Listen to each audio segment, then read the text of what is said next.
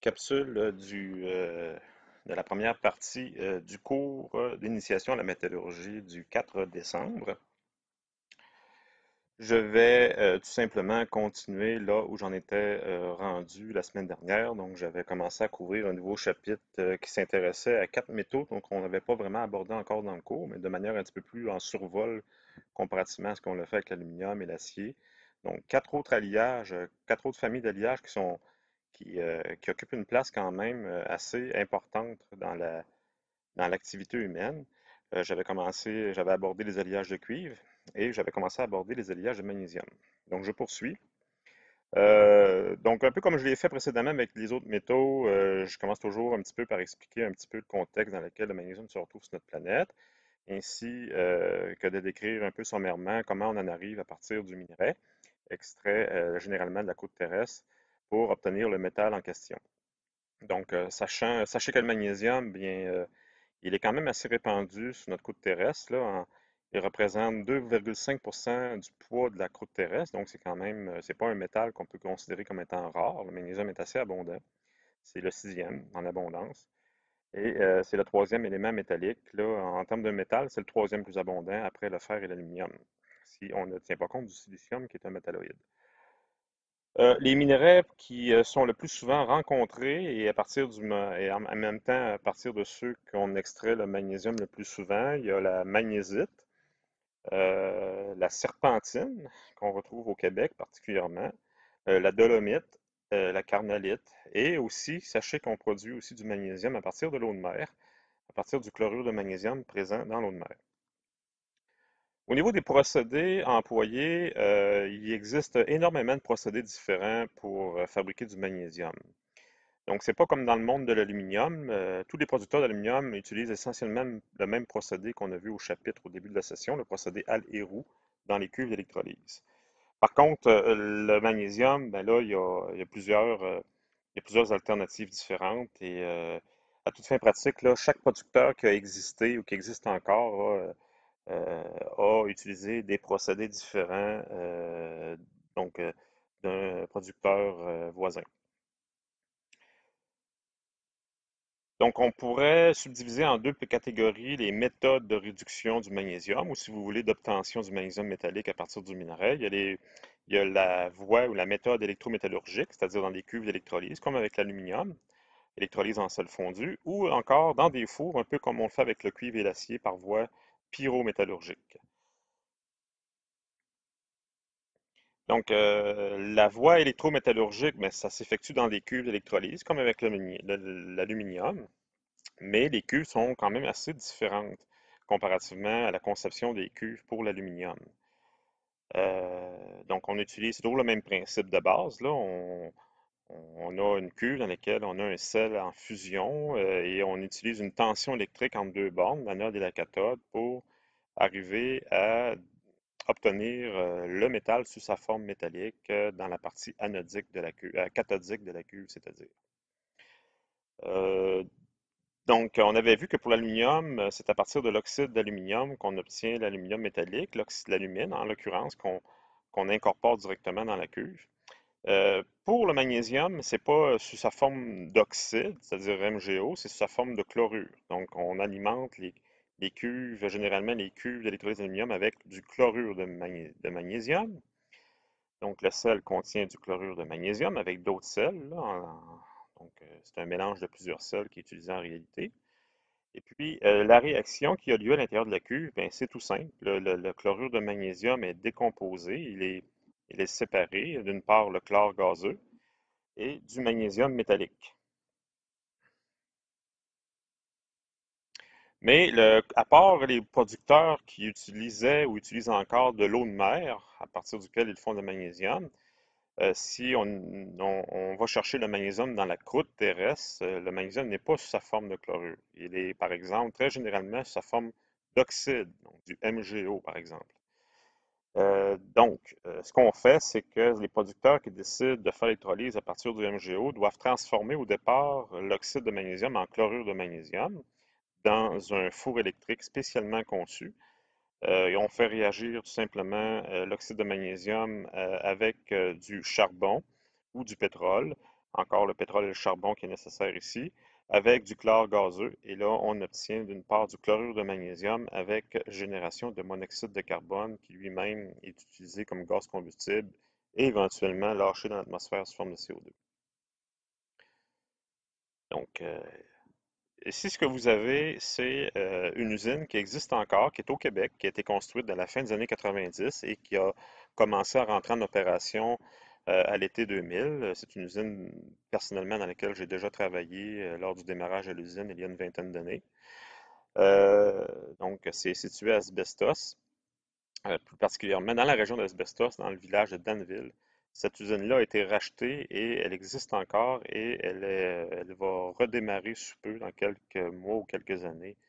Euh, c'est une usine de magnésium, bien entendu. Donc, la compagnie qui s'appelait avant Magnola, qui appartenait à une défunte autre compagnie qui existait à l'époque, qui était Noranda. Donc, Magnola, ça veut dire magnésium, Noranda, et la SNC Lavalin, le A, c'est pour Lavalin qui avait participé à la construction de l'usine. Et aujourd'hui, ça a été acheté par un autre groupe d'hommes d'affaires et ils ont reparti l'usine sous le nom de Alliance Magnésium. Plus près d'ici, à Trois-Rivières, il y a eu aussi la fameuse usine Norsk Hydro, une usine norvégienne, donc appartenant à la compagnie Norsk Hydro, qui était sur les terrains du parc industriel de Bécancour.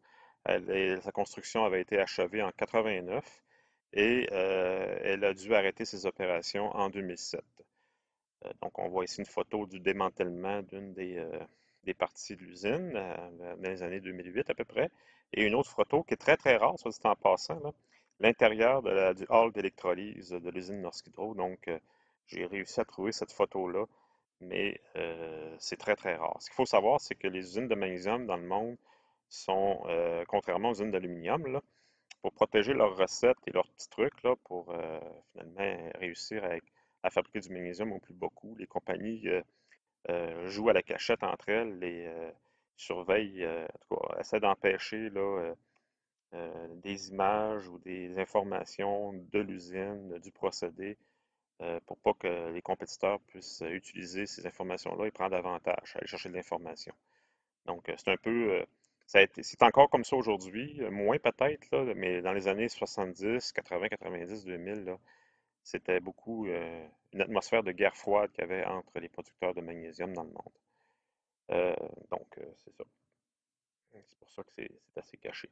Et la raison pour laquelle ça a été fermé et démantelé, c'est en raison de l'entrée dans le marché du magnésium de la Chine qui a commencé à la fin des années 90. Et le magnésium, ben, contrairement aux aciers et à l'aluminium, chaque producteur a le droit de vendre ses alliages de magnésium au prix qu'il veut. Ce qui fait en sorte qu'il s'agit qu'un producteur puisse réduire de manière importante ses coûts de production et proposer des alliages à beaucoup moindre coût pour faire tomber ses compétiteurs. Donc, c'est ce qui est arrivé avec Norsk Hydro et Magnola au Québec. Mais depuis 7 ans, depuis environ 5-6 ans, on assiste à une remontée du prix du magnésium, ce qui justifie l'ouverture de certaines usines qui avaient fermé aux États-Unis ou en Europe, un peu partout dans le monde. Et bientôt, on va peut-être assister à des réouvertures d'usines, comme c'est le cas avec Alliance Magnésium à Asbestos. Justement, ben, si je vous parle, si éventuellement cette usine rouvre là, ben, ça vaut la peine peut-être de parler des étapes de procédés là, qui sont utilisées chez Magnola. Chez Magnola, on utilise comme source de magnésium de la serpentine. Et la serpentine, ben, ça constitue, toute fin pratique, un résidu minier de l'amiante. Donc, on sait que la région d'Asbestos a longtemps été une région de production d'amiante.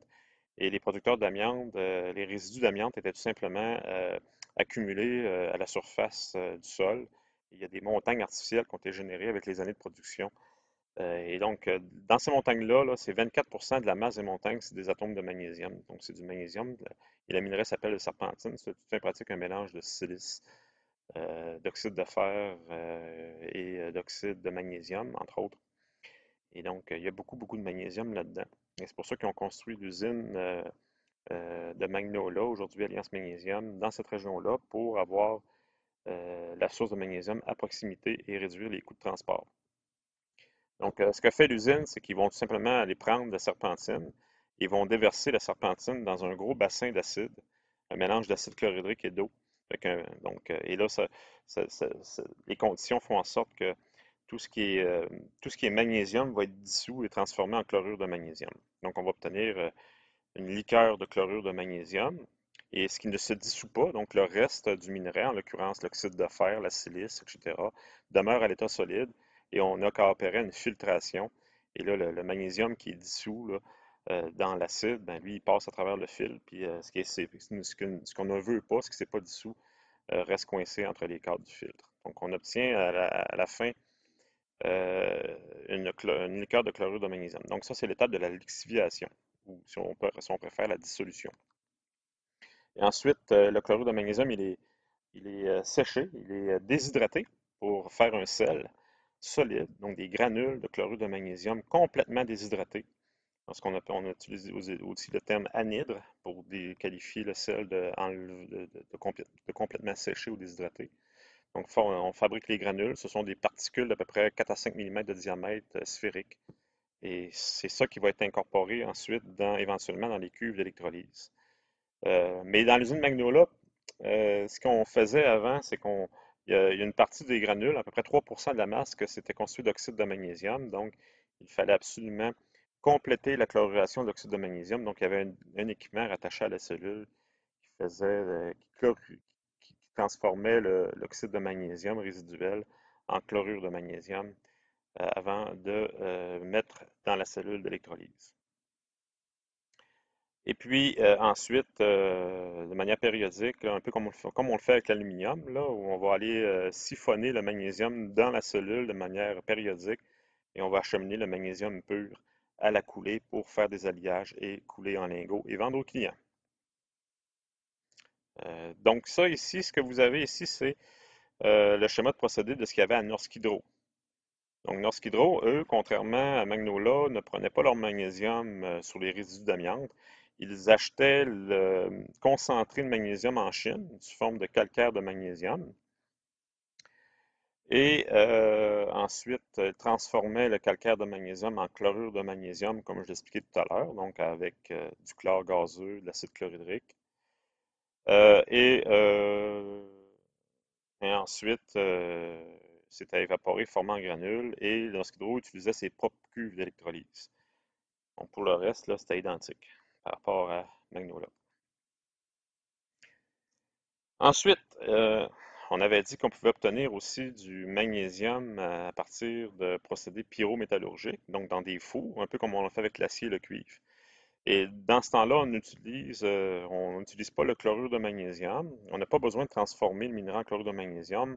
On le réduit à partir directement de son oxyde, donc en l'occurrence l'oxyde de magnésium. Et l'oxyde de magnésium, c'est très très stable, donc ça prend beaucoup d'énergie pour casser cette molécule-là. Fait que les fours utilisés travaillent à des températures très élevées et des pressions relativement basses aussi pour aider à décomposer la molécule d'oxyde de magnésium pour pouvoir avoir le magnésium, sa partie métallique. Et on utilise un élément réducteur, comme on le fait avec l'acier, comme on le fait avec le cuivre. Donc, c'est toujours la même recette en métallurgie lorsqu'on veut obtenir, si on veut obtenir le métal à l'état métallique, ça nous prend l'aide d'un élément réducteur, c'est-à-dire un élément qui va incitatif, qui va arracher l'élément oxydant, en l'occurrence ici l'oxygène, du métal qu'on veut avoir. Donc, ce qui est utilisé le plus souvent là, dans les procédés de réduction pyrométallurgique comme élément réducteur, c'est le silicium. Et quand c'est le silicium qui est utilisé, on appelle ça un procédé silicothermique ou la réduction silicothermique. Donc, ce qui va se passer dans la procédé psychothermique, c'est que on va faire réagir tout simplement l'oxyde de magnésium et l'oxyde de calcium, parce que l'oxyde de magnésium, en le fond, c'est de la dolomite. Et la dolomite, c'est un mélange d'oxyde de calcium et d'oxyde de magnésium. Donc, on incorpore ces deux minéraux-là ensemble dans un four, et puis on le mélange à du silicium métallique. Et puis, avec les températures, les conditions dans le four, au bout d'un certain temps, là, tranquillement, de manière progressive, Le silicium, il va aller arracher les atomes d'oxygène de l'oxyde de magnésium, mais il ne sera pas capable, par contre, d'aller arracher les atomes à l'oxygène du calcium. Pas pour les températures utilisées, mais c'est pas ça qu'on veut non plus. On ne veut pas obtenir du calcium métallique mélangé au magnésium. Donc, seulement l'oxyde de magnésium va être réduit, donc on va se faire arracher son oxygène. Et puis, vous allez retrouver après la réaction le magnésium métallique et le résidu, en l'occurrence un mélange de silice et d'oxyde de calcium.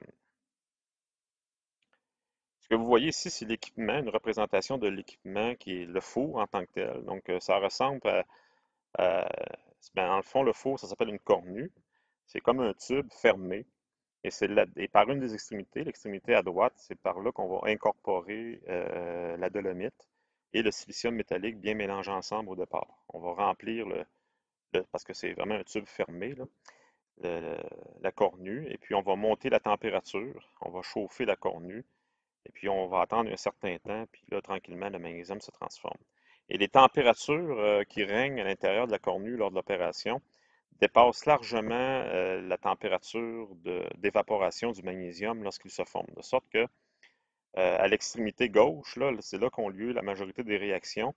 Ben, c'est extrêmement chaud et le magnésium, quand il va se former, il va apparaître sous sa forme vapeur.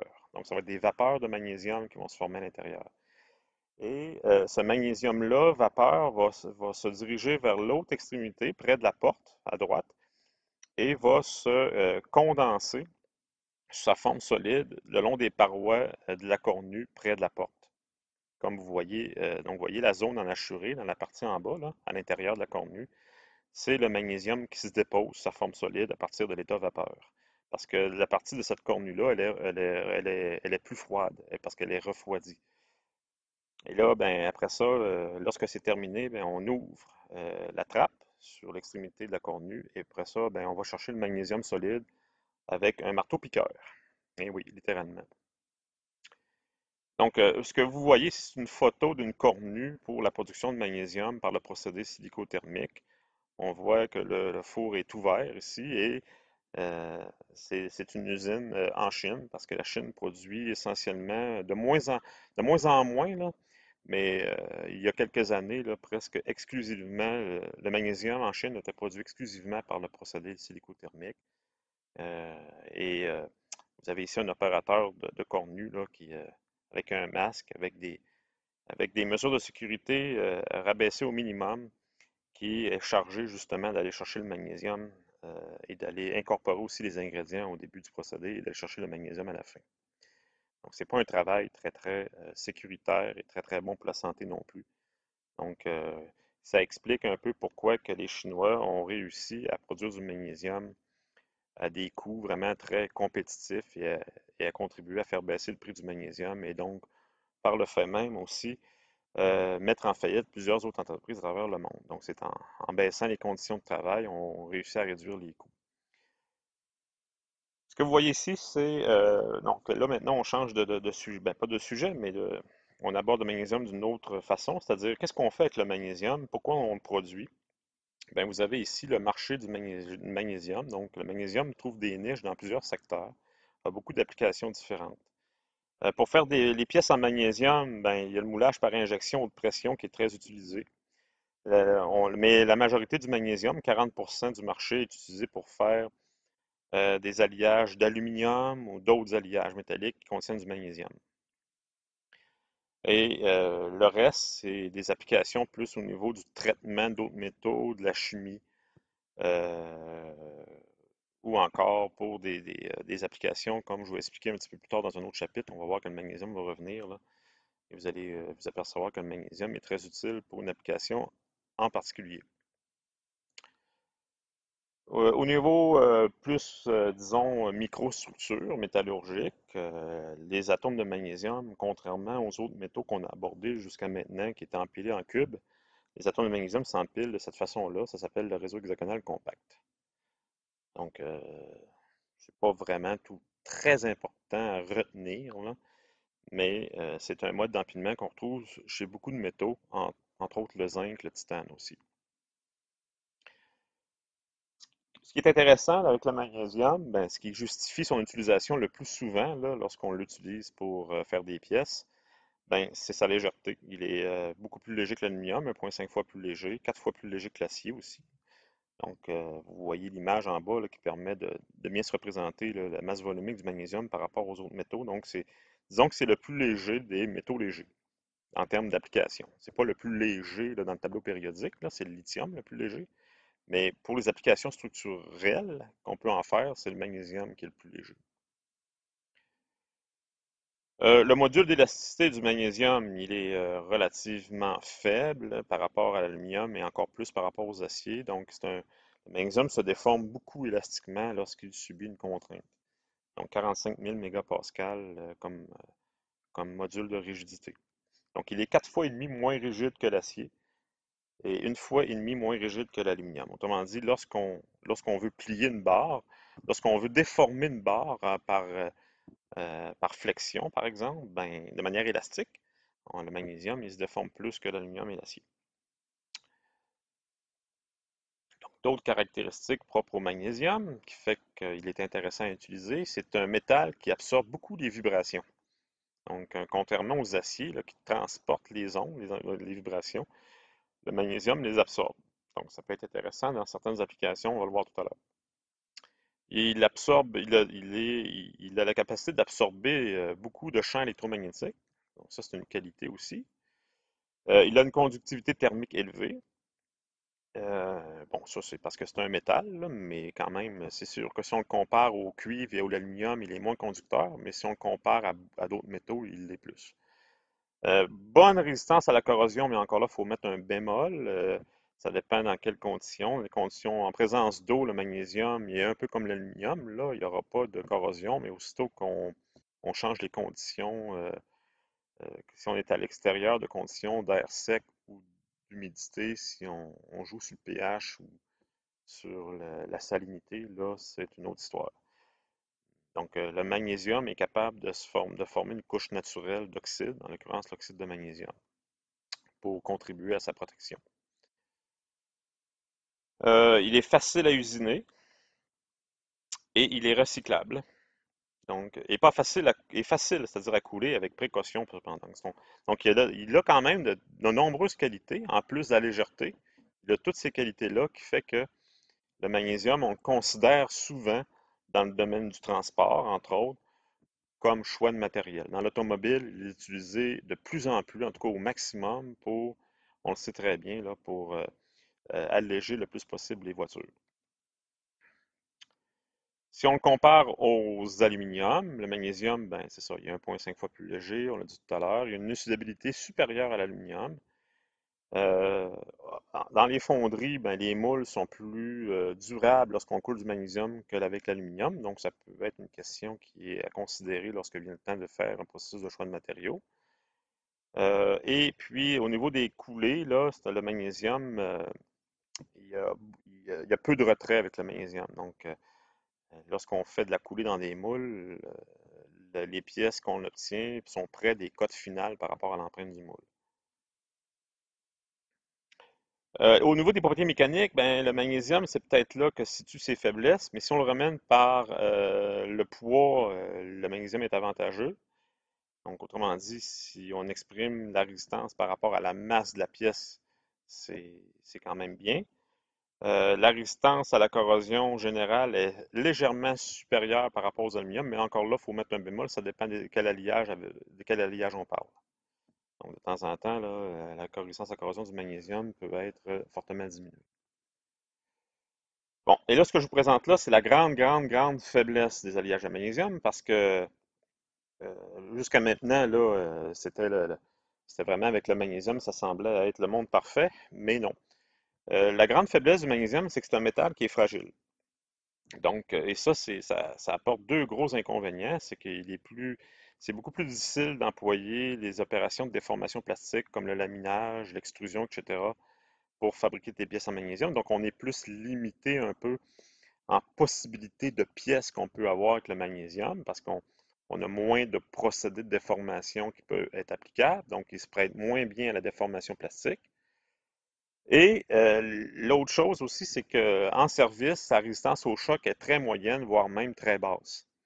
Donc, aussitôt qu'on a des applications pour lesquelles ça prend de bonnes résistances mécaniques combinées à une bonne résistance au choc, le magnésium ne peut pas être considéré. Donc, voilà. Et là, ici, on compare le magnésium par rapport aux aciers, 4 fois plus léger, coût d'alliage réduit de manière significative. Donc, ça, c'est au niveau de l'usinage, conductivité thermique plus élevée qu'avec les aciers. Donc, c'est une autre comparaison qu'on peut faire avec un autre métal, avec le magnésium. Une particularité importante aussi du magnésium, c'est un défaut, des fois une qualité, c'est que le magnésium, il s'oxyde très facilement. C'est un métal qui s'oxyde en contact avec l'air, l'oxygène de l'air et la vapeur d'eau très facilement. Donc, vous voyez ici une pièce de magnésium qui est en train de brûler et ça émet beaucoup d'énergie, beaucoup de chaleur et beaucoup de lumière, une lumière très blanche, très intense. On utilise même le magnésium pour fabriquer les feux d'artifice. Donc, quand vous allez voir des feux d'artifice, les feux qui sont blancs, c'est de la poudre de magnésium qui est utilisée et qui brûle dans l'air une fois libérée en haute altitude. Et puis, ça pose certains problèmes au niveau des opérations métallurgiques, qu'en l'occurrence, lors de l'électrolyse du magnésium, le magnésium qui est formé ne peut pas rentrer en contact avec l'air, la vapeur d'eau, parce que sinon il va brûler. Il peut même exploser, parce que, tantôt on va le voir, là, il peut aussi réagir avec la vapeur d'eau et donner quelque chose de plus dangereux encore. Donc, aussitôt que le magnésium, lors des transformations, est porté à haute température dans les opérations de fonderie, de soudage, même pendant les opérations d'usinage, ça peut brûler. Donc, il faut prendre des précautions avec le magnésium. Donc, il brûle avec l'oxygène en reformant de l'oxyde de magnésium. Et il peut brûler aussi en présence de vapeur d'eau pour former encore là de l'oxyde de magnésium, mais cette fois-ci accompagné d'hydrogène gazeux qui lui-même est combustible et explosif. Donc, il faut prendre des précautions lorsqu'on travaille avec le magnésium. Voilà. Donc, en conséquence, des précautions sont apportées dans les opérations de réduction. Donc, on parle des cuves d'électrolyse ou d'autres opérations, la fonderie, de formation à chaud, soudage. Et on va utiliser généralement des gaz protecteurs pour rendre des opérations sécuritaires. Donc, on va utiliser de l'argon et du SF6 aussi, qui est utilisé comme gaz de protection aussi, surtout en fonderie. Tandis qu'en soudage et dans d'autres procédés de déformation plastique, on va plutôt utiliser l'argon. Donc, les éléments d'alliage qui peuvent être incorporés dans le magnésium pour améliorer particulièrement les propriétés mécaniques, la résistance mécanique et d'autres caractéristiques aussi qui peuvent être comme la résistance à la corrosion, ben, c'est l'aluminium, les terres rares. Les terres rares, c'est un groupe de métal, le tantal, le néodyme, le praséodyme, le césium, etc. Il y en a d'autres aussi qu'on peut ajouter au magnésium pour améliorer certaines caractéristiques qu'on va voir un petit peu plus tard. Le thorium, qui est un métal radioactif, mais qui peut servir comme élément d'alliage en faible quantité sans être dangereux dans le magnésium. Le zirconium, le manganèse, le silicium et le zinc, ce sont les principaux éléments d'alliage. Il y en a quelques autres, là, mais je vous énumère les principaux. Ce que vous voyez ici dans une étoile jaune, là, tout simplement, un système de désignation qui est utilisé pour le magnésium. Donc, on énumère donc, vous voyez, l'aluminium, on utilise des lettres pour rattacher aux éléments d'alliage. Donc, le A est utilisé pour l'aluminium, le E c'est pour les terres rares, le H le thorium, le K le zirconium, le M pour le manganèse, le S pour le silicium et le Z pour le zinc. Et là, on utilise la lettre ainsi qu'un chiffre pour exprimer son pourcentage, sa concentration en pourcentage massique. Je vais vous donner un exemple tout à l'heure pour voir ce que ça donne comme identification d'alliage. Les alliages de magnésium, ils sont généralement divisés en deux grandes catégories. D'une part, les alliages magnésium-aluminium et d'autre part, les alliages magnésium-zirconium. Donc, l'aluminium et le zirconium, c'est les deux principaux éléments d'alliage qu'on retrouve. Soit qu'on retrouve le plus souvent de l'aluminium, ou soit qu'on retrouve le zirconium accompagné de d'autres éléments. C'est pour ça qu'on les a classés dans ces deux catégories. C'est pas toujours comme ça, mais très souvent. Donc, les alliages magnésium-aluminium, l'aluminium, pourquoi on le met dans le magnésium? C'est pour améliorer la résistance mécanique et en même temps, ça améliore aussi la coulabilité.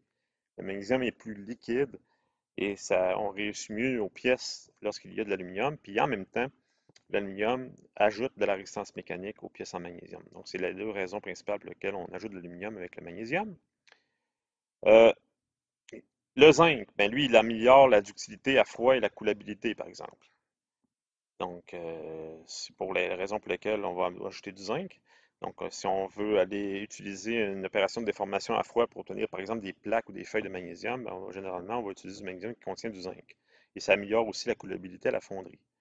Et le manganèse, lui, ben, lui, il améliore la résistance à la corrosion des alliages de magnésium.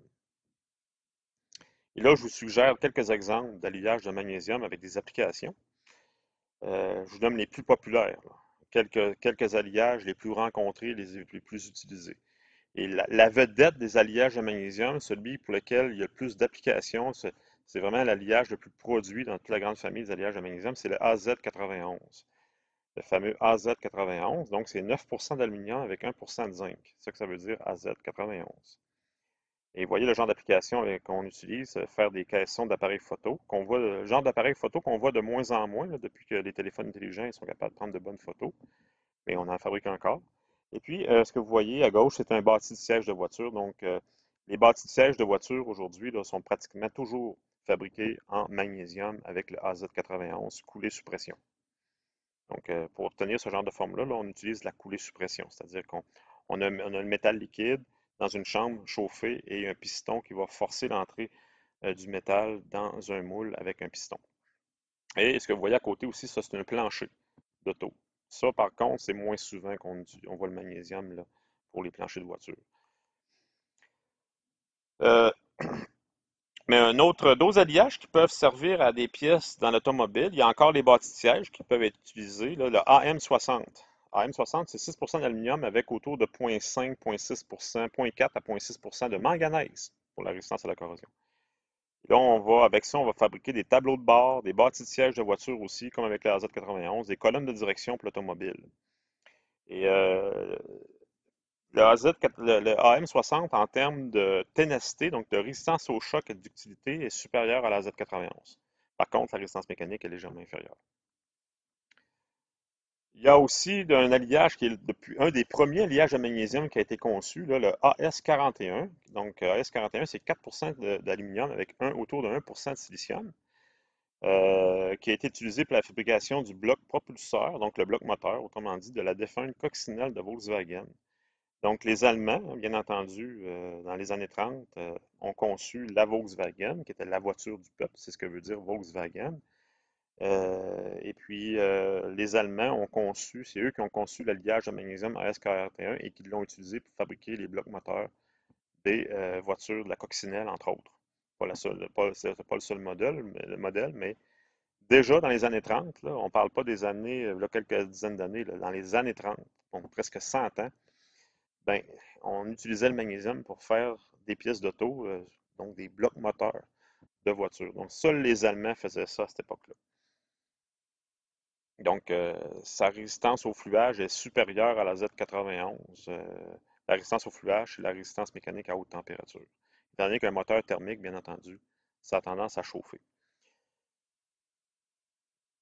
D'autres pièces de magnésium qui sont utilisées dans d'autres secteurs comme l'aéronautique, il y a le HK31 qui fait partie de la famille des alliages de zirconium. Donc, il n'y a pas d'aluminium dans cet alliage-là. Donc, c'est 3% thorium avec 1% de zirconium pour fabriquer des pièces des pièces d'assemblage de mécanique dans l'aéronautique. Donc, ça peut être des éléments pour faire fonctionner le mouvement des ailerons ou des portes de soute à bagages, etc. Donc, pour alléger le plus possible l'avion, bien entendu, on va aller, si possible, maximiser l'utilisation de ce genre de pièces-là. Euh, on utilise beaucoup la fonderie. La forte majorité des alliages de magnésium sont obtenus par les procédés de fonderie. Et ces procédés de fonderie-là vont se subdiviser par, de manière générale, là, 4 sous-procédés par gravité. Comme on a fait pendant l'activité de fonderie, c'était par gravité, c'est-à-dire qu'on déverse le métal tombe par gravité dans l'empreinte du moule. Mais on peut aussi forcer l'entrée du métal avec un piston, donc on pousse le métal liquide avec une grande force. On peut faire la cire perdue aussi avec le magnésium, tel que je l'ai expliqué au chapitre précédent. Et en basse pression, qui consiste à faire un vide dans l'empreinte du moule et forcer le métal à rentrer dans l'empreinte aussi. Donc, c'est les 4 principaux procédés de fonderie utilisés avec le magnésium. Et voilà.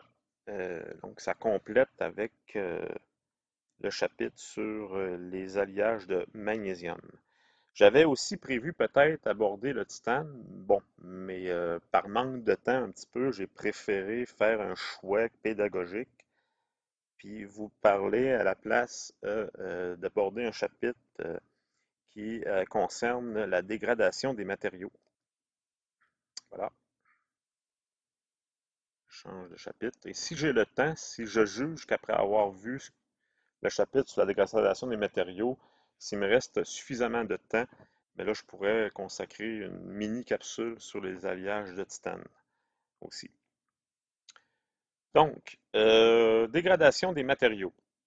Donc, dans ce chapitre-là, je vais aborder un aspect important de la métallurgie, parce que c'est bien beau de penser qu'on utilise les métaux pour répondre à nos besoins, améliorer notre confort, mais il faut aussi savoir que les métaux, ils ne sont pas parfaits. Pour la grande majorité, là, ils se dégradent avec le temps. De sorte que les pièces en alliage métallique que l'on utilise, ben, arrive un temps où ils ne sont plus utilisables et on doit les réparer ou les remplacer le plus souvent. Et donc, je vous montre une voiture ici, là, qui est pas récente, bien entendu, là. C'est un modèle de collection, mais qui a eu de la misère dans la vie, comme on dit. Donc, qui est fortement corrodé. Donc, bien entendu, là, c'est beaucoup d'acier sur une voiture. Surtout à cette époque-là, là, l'acier est encore plus présent et on voit les signes de détérioration de l'acier qui se manifestent par la formation de ce qu'on appelle de la rouille et dont l'apparence et la couleur est très caractéristique. Donc, c'est très facile avec le fer ou l'acier de diagnostiquer un problème de corrosion parce que le fer, en se corrodant, ben, il génère un révélateur très évident à l'œil. Donc la rouille, qui est un hydroxyde de fer, est de couleur d'un orange très vif, presque fluorescent, ce qui fait que la rouille est facilement détectable sur l'acier. Bon, là, je vous lance une phrase là, qui va vous paraître un petit peu ridicule, mais qui résume très bien le contexte je dirais, d'oxydabilité des métaux. Donc, une phrase populaire qui dit chasser le naturel, il revient au galop. Et là, pour faire un lien avec ça, là, avec le cheval qui galope, ben, j'ai mis en même temps aussi deux images de fer à cheval. Donc, un fer à cheval, ben, on dit un fer parce que justement, c'est fait en acier, c'est fait en fer, là. On utilise des fers à cheval pour, littéralement, c'est les souliers ou les sabots des chevaux utilisés pour la traite ou la course, pour leur donner, protéger leurs sabots et aussi donner de l'adhérence lorsque le cheval est en mouvement. Ben, au début, le fer, il est très beau, mais avec le temps, avec l'exposition aux agents, un environnement corrosif et oxydant, ben, le fer, il devient tel que vous le voyez à droite, donc rouillé, corrodé si on veut. Et c'est un phénomène naturel. Donc, c'est pour ça que je dis chasser le naturel et revient au galop. Autrement dit, lorsqu'on fabrique du métal, du fer, on va contre nature. Donc, le fer, de manière naturelle, là, il est à l'état oxydé. Donc, il est oxydé par l'oxygène, par toutes sortes d'agents oxydants. Donc, c'est tel quel qu'on le retrouve dans la croûte terrestre. Et lorsqu'on veut avoir le fer sous sa forme métallique, réduite ou désoxydée, si vous voulez, bien, on fournit de l'énergie. Donc, on va contre nature. Mais si le fer est exposé dans un environnement oxydable, comme par exemple l'air qu'on respire, l'humidité, l'eau, les sels qu'il y a dans l'eau, le caractère acide ou basique dans l'environnement dans lequel le fer peut se situer, ben, il va tranquillement retourner à sa forme de départ telle qu'il était dans la roche. Donc, il va s'oxyder. Donc, vous comprenez maintenant le sens du chasser le naturel et du revient au galop. Donc, la traduction en termes métallurgiques, c'est réduisez du métal, il reviendra à l'état oxydé. Ça, c'est la traduction métallurgique. Donc, la corrosion. Euh, Qu'est-ce que la corrosion? Ben, c'est la cause de l'altération et de la destruction de la plupart des matériaux élaborés. Comme je l'ai dit, la plupart, pas tous, c'est des exceptions, mais tous les métaux que l'homme fabrique, éventuellement, vont retourner à l'état tel qu'ils étaient dans la roche. Ça va prendre, tout dépend, le temps que ça va prendre, ça va dépendre. Ça peut être quelques années, ça peut être quelques dizaines, quelques centaines d'années, ça dépend du métal, ça dépend dans quel environnement il se retrouve. Mais les métaux, ils sont tous, disons, je dirais pas biodégradables parce qu'il n'y a pas de, il y a pas d'organisme qui va intervenir le plus souvent du temps dans les détériorations des métaux, mais tous les métaux sont dégradables. Donc, éventuellement, même si vous mettez une canette d'aluminium dans une forêt comme ça, pour bon nombre d'années, ça va représenter de la pollution, ça va représenter un déchet, bien entendu. Ça va prendre beaucoup de temps avant que la canette d'aluminium se dégrade, d'autant plus que la canette, elle est protégée par un film organique qui protège de l'oxydation. Mais si vous retournez à l'endroit où vous avez jeté votre canette 100 ans plus tard, vous ne retrouverez plus rien. Tout ce qu'il va y avoir, là, c'est l'aluminium va être retourné à l'état d'alumine, puis elle va s'être mélangée au terreau sur lequel elle était, où elle avait été laissée. Mais ça prend plus de temps. Le métal, l'acier prend beaucoup moins de temps à se dégrader. Ça dépend du matériel, le traitement de surface qu'il a eu, le type d'environnement, donc c'est très variable. Donc, tout matériau se corrode et tout milieu peut être corrosif aussi. Donc, comme exemple, le verre, ça se corrode, ça s'oxyde, mais ça prend beaucoup de temps. Donc, nous, on dit que ça s'opacifie. Donc, le verre, là, en contact avec l'air, les agents polluants qu'il y a dans l'air, tranquillement, avec le temps, le verre finit par s'opacifier. Mais aujourd'hui, on est capable de faire des verres pour ralentir. On met des produits, des additifs dans le verre qui vont ralentir grandement ce processus-là. Les bétons se désagrègent. Les plastiques se décolorent. Donc, c'est une manifestation de la dégradation du polymère, la décoloration. Et les métaux, ben, on dit qu'ils s'oxydent. Mais vous voyez que tous ces matériaux-là, qui sont très différents, verre, béton, plastique, métaux, ben, sont sujets à la dégradation. Par des phénomènes différents, mais ils sont quand même sujets à la dégradation. Et pourquoi on se préoccupe de la corrosion des métaux, des matériaux de manière générale? Ben, généralement pour prévenir des accidents. Donc, vous voyez ce que ça peut entraîner comme conséquence, le fait de ne pas se préoccuper de la corrosion ou de ne pas avoir tenu compte suffisamment de la corrosion dans la conception de ce que vous voyez à l'écran, de ne pas avoir effectué des mesures de contrôle de qualité correctes ou convenables. Donc, ça peut entraîner de toutes sortes de... La corrosion, là, elle va intervenir très souvent dans des événements fâcheux comme des écrasements d'avions. Ce que vous voyez, l'image en bas à gauche, là, c'est une turbine hydroélectrique qui a explosé due à, je pense, une centrale hydroélectrique au Japon qui avait explosé dû à un phénomène de corrosion qui n'avait pas été détecté sur l'une des pales. Un bateau qui casse dû à la corrosion de la coque. Un pont qui s'effondre dû à des phénomènes de corrosion. Ici, ce sont des câbles. Les câbles, c'est un pont suspendu, puis il y a des câbles qui avaient corrodé, fait que le tablier n'était plus soutenu, fait qu'il s'est effondré. Donc, vous voyez ce que ça peut entraîner. J'aurais pu aussi, là j'ai oublié, je me rends compte qu'en donnant une présentation, j'ai oublié de faire une diapo qui exprimait aussi le fait que c'était aussi pour prévenir des coups. Donc, prévenir des coûts, c'est ce qui fait qu'une voiture, finalement, on doit la remplacer en moyenne tous les 10 ans. C'est à cause de la corrosion aussi. Ça n'entraîne pas d'accident, mais on doit quand même remplacer une voiture qui coûte énormément d'argent et d'énergie à fabriquer.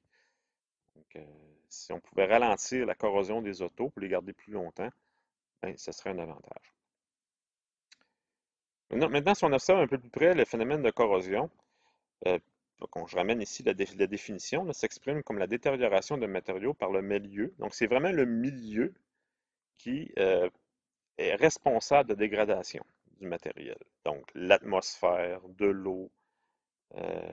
Donc, autrement dit, le métal il va réagir chimiquement avec le milieu dans lequel il se retrouve. Donc, si vous avez une pièce métallique, là, ça pourrait être un laiton, et là, vous voyez qu'il y a des indices là, de corrosion. Donc, c'est vraiment la surface du matériel qui est impliquée le plus souvent dans la corrosion.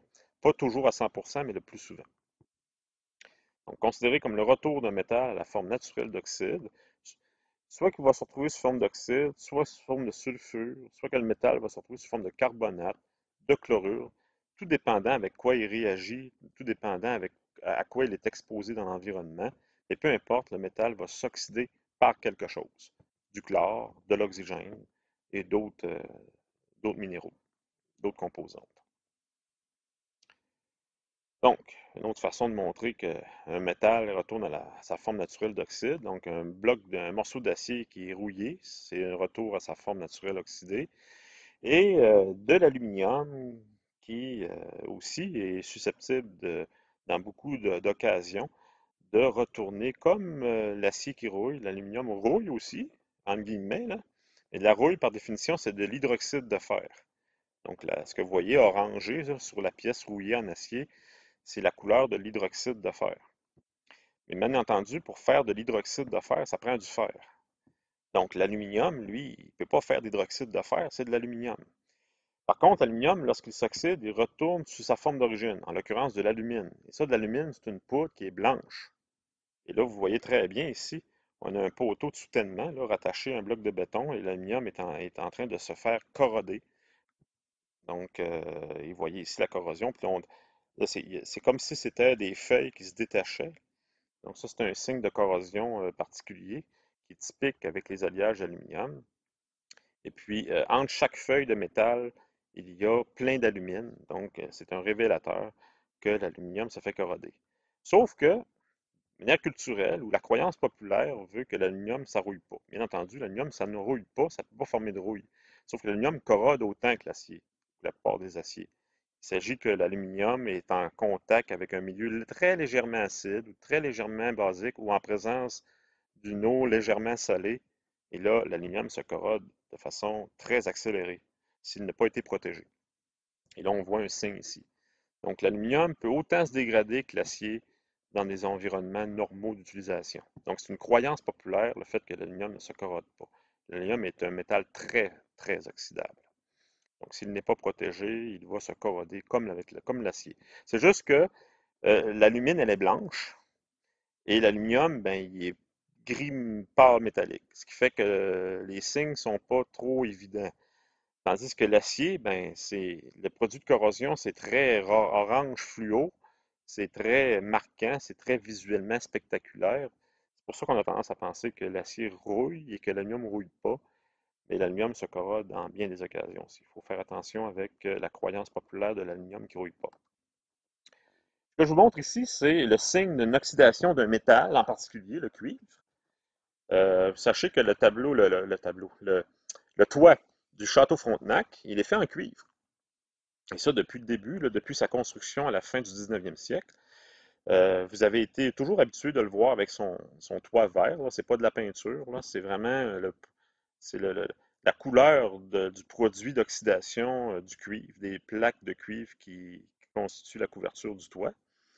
Et avec le temps, ça devient vert. Mais vous voyez la photo en haut, ben, récemment, là, le château Frontenac, le cuivre, le toit était.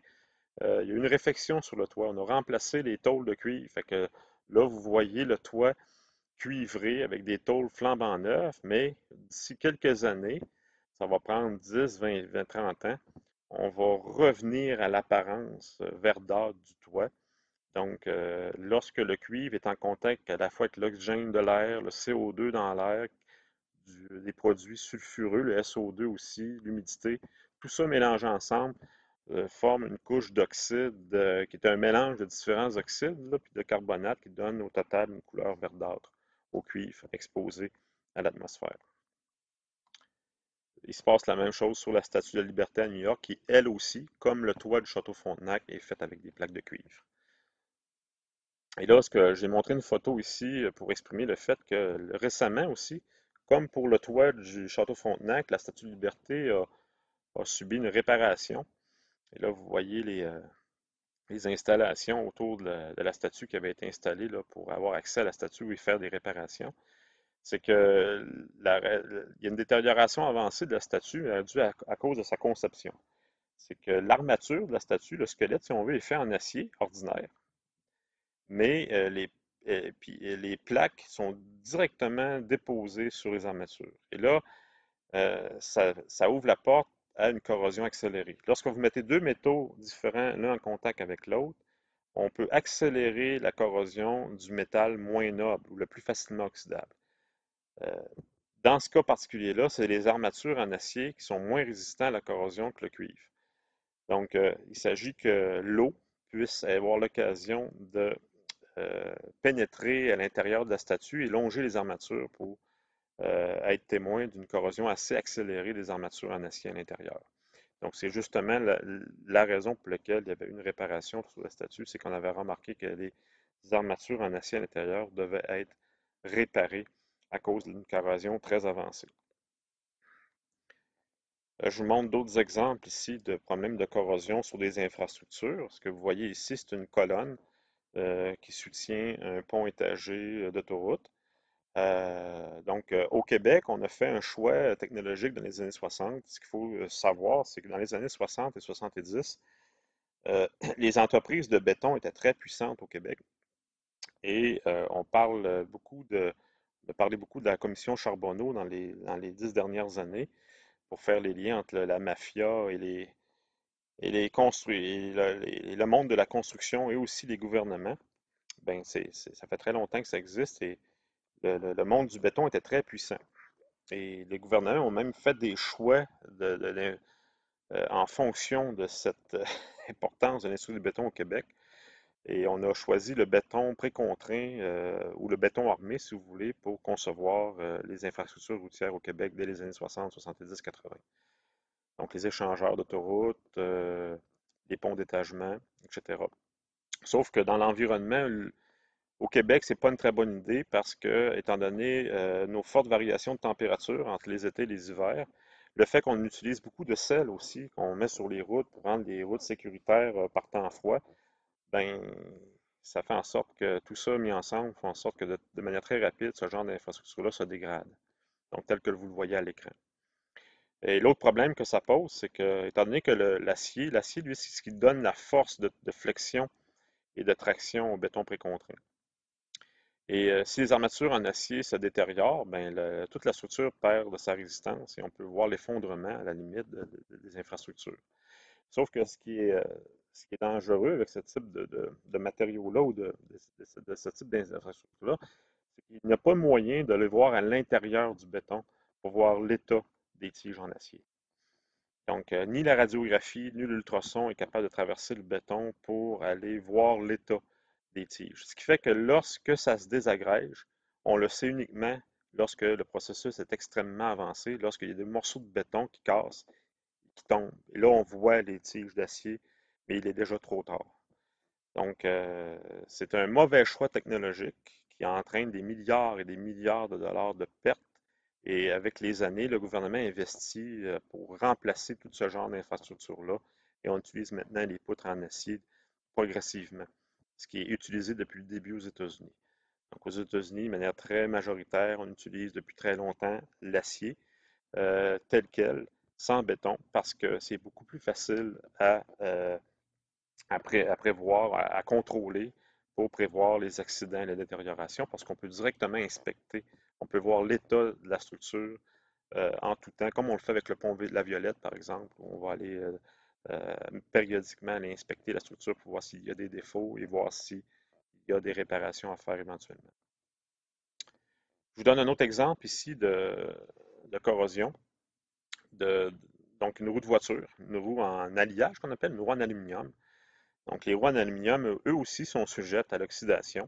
Donc, si vous êtes habitué de changer vos roues vous-même, ben, vous êtes en mesure de voir qu'à l'intérieur des trous ou près du noyau en acier, ben, il y a de la petite poudre blanche qui s'accumule à certains endroits, grise et blanche. Donc, c'est l'alumine, c'est la rouille de l'aluminium, entre guillemets, là. Et c'est d'autant plus vrai ici, ou dans la région où on habite, parce qu'on a des hivers très rigoureux. On met beaucoup de sel sur les routes. Bien entendu, les roues sont exposées à l'eau salée au printemps et pendant tout l'hiver. Et ça fait détériorer assez rapidement les roues en alliage aluminium. Donc, ils ont moins ce problème-là dans les régions plus au sud, qui n'ont pas des hivers aussi rigoureux qu'ici, puis qui ne mettent pas de sel non plus sur les routes. Donc, tandis qu'ici, ben, c'est un peu plus problématique. Un autre contexte dans lequel les métaux sont soumis à de la corrosion, à l'intérieur des usines, comme par exemple, je vous montre aussi une photo d'une usine de pâte et papier, une machine à papier. Pour faire le blanchiment du papier, on utilise beaucoup de chlore.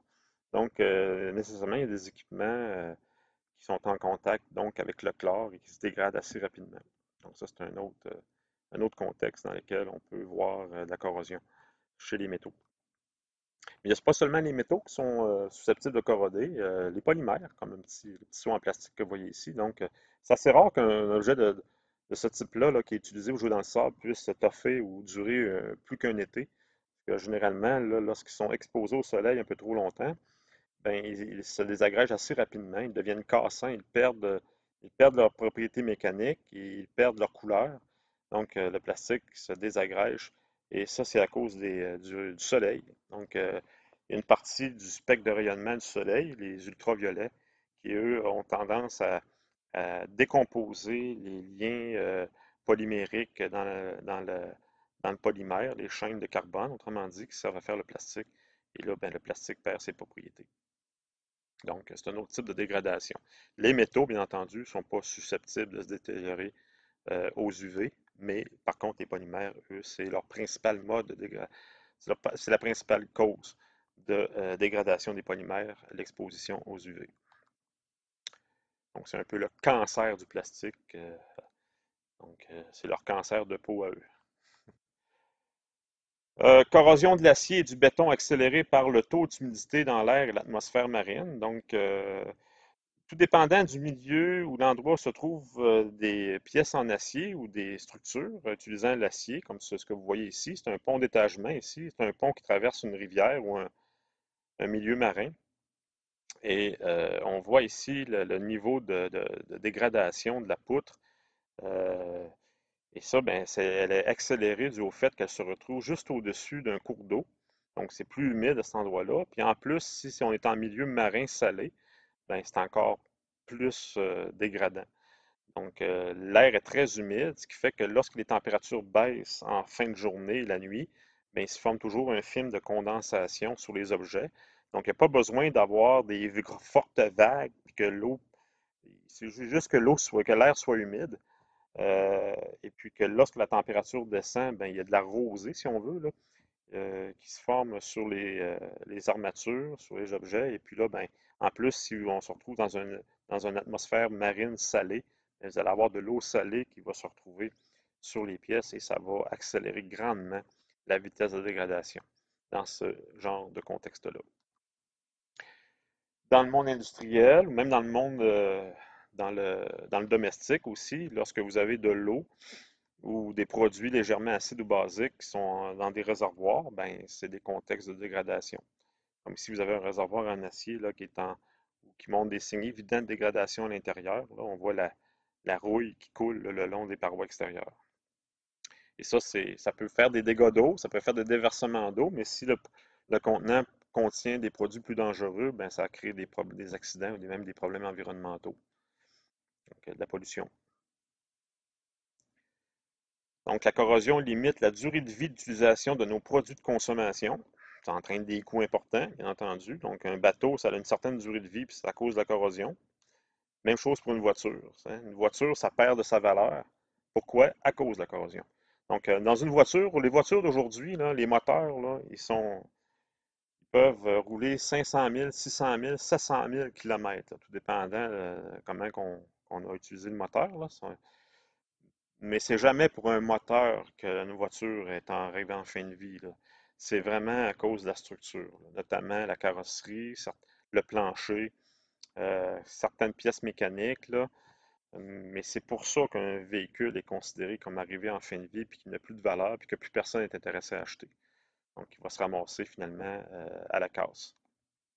Donc, et c'est ce qui pollue, là.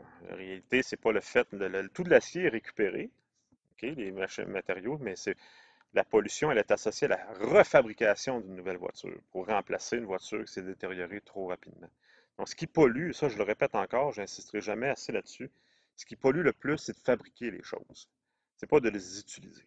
C'est vrai pour une voiture. Une voiture, il faut rouler 100 000 km avec de l'essence pour équivaloir à la quantité de carburant que ça a pris pour fabriquer l'auto. Donc, à partir de l'extraction à la mine, toute la machinerie qui est utilisée pour extraire le métal de la mine, toute l'énergie qui est utilisée pour faire les procès de réduction, le pétrole qui est utilisé comme agent réducteur, L'auto n'a même pas roulé encore, le 0 km, puis il y a déjà une quantité de CO2 énorme qui est associée uniquement à la fabrication du véhicule, même si le véhicule n'a pas roulé encore un seul kilomètre. Donc ça, c'est souvent un aspect qui est oublié là, par la plupart du monde, là, notamment les médias et les environnementalistes. Euh, un autre exemple ici, mais ça concerne l'argent. L'argent qui peut être beaucoup moins aujourd'hui, mais dans le temps de nos grands-parents et nos arrière-arrière-grands-parents, c'est pour ça qu'on utilise le terme argenterie. Parce que pendant longtemps, la vaisselle, disons, chic était fabriquée en argent, donc par exemple des assiettes en argent telles que vous voyez à l'écran.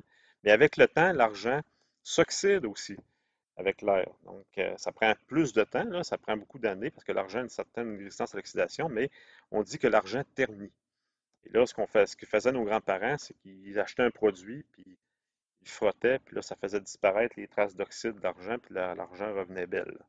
Et c'est une preuve que, c'est juste pour montrer que c'est un processus vraiment là, très répandu là, pour beaucoup de métaux. Même des métaux qu'on considère comme très résistants à l'oxydation, ben, comme l'argent, par exemple, ben, sont susceptibles de s'oxyder aussi. Donc, la corrosion est presque toujours un phénomène indésirable, bien entendu. Presque toujours, parce que des fois, on veut que ça corrode. Je vais vous donner des exemples tout à l'heure. Les pertes financières annuelles attribuables à la corrosion. Donc, ça, c'est des chiffres qui remontent à 5 ans. Là. Ça a dû avoir monté un peu. Au Canada, sont de l'ordre de 10 milliards de dollars par année. Et puis aux États-Unis, c'est 70 milliards de pertes d'argent par année uniquement attribuables à la corrosion.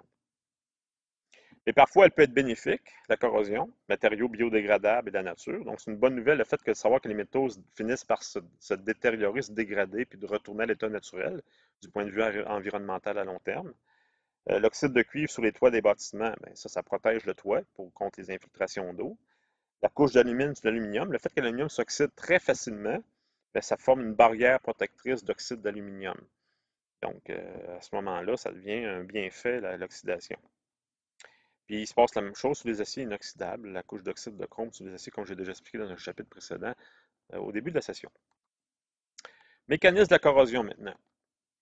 Donc, toute matière tend vers un état de désordre maximal et que tout système tend vers un état d'énergie potentielle minimale. Donc, ça, c'est une phrase, là, un peu trop scientifique, là, mais de manière thermodynamique, là, rappelle que dans la nature, les atomes se lient entre eux pour baisser leur niveau d'énergie. Quand il y a un mécanisme de corrosion, c'est pour répondre à cette loi universelle-là de l'univers. Donc, tout tend vers une énergie minimum. C'est ça la corrosion.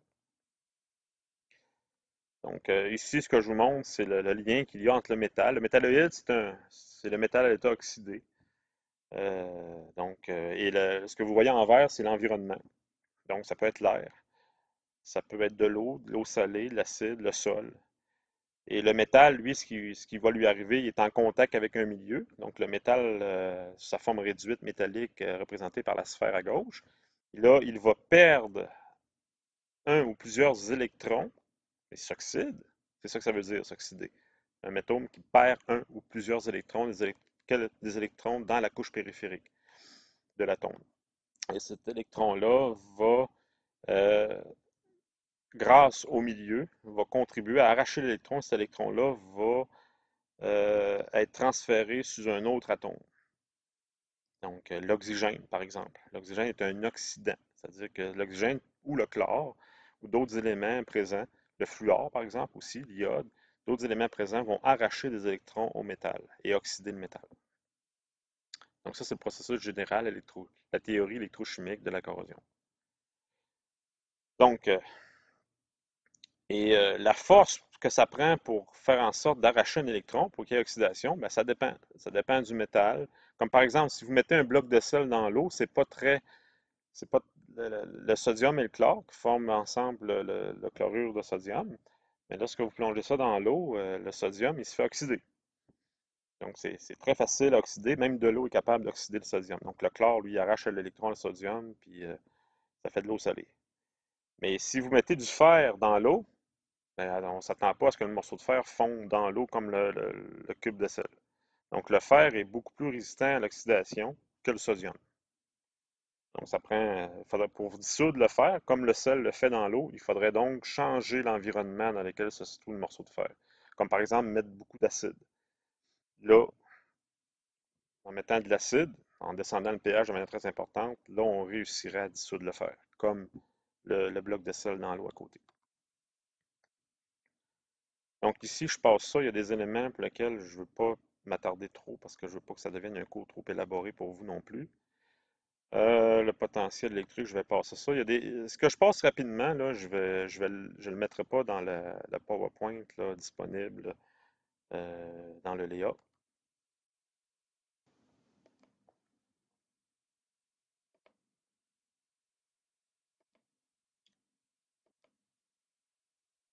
Capsule de la première partie du cours d'initiation à la métallurgie du 4 décembre.